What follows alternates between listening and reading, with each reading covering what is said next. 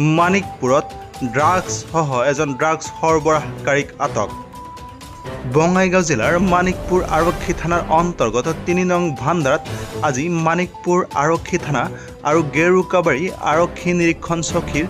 যৌথ অভিযানত ড্ৰাগছ সহ আটক কৰা হয় এজন অবৈধ ড্ৰাগছ সৰবৰাহকাৰীক আৰু ড্ৰাগছ সৰবৰাহকাৰীজনক ১ নং চালাবিলাৰ আফজাল হকৰ পুত্ৰ মুজাহিদুল ইছলাম বুলি জানিব পৰা গৈছে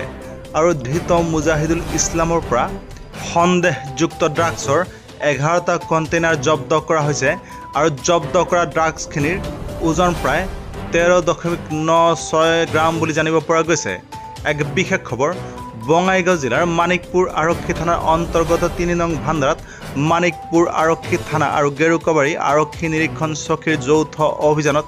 আৰক্ষীয়ে অভিযান চলাই সন্দেহযুক্ত ড্ৰাগছৰ 11টা কণ্টেইনাৰ সহ ১ নং চালাবিলাৰ আফজাল হকৰ পুত্ৰ মুজাহিদুল ইছলামক আটক কৰিছে আৰু মুজাহিদুল ইছলামৰ পৰা 11টা সন্দেহযুক্ত ড্ৰাগছৰ কণ্টেইনাৰ জব্দ কৰিছে, যাৰ ওজন প্ৰায় 13.96 গ্ৰাম বুলি জানিব পৰা গৈছে।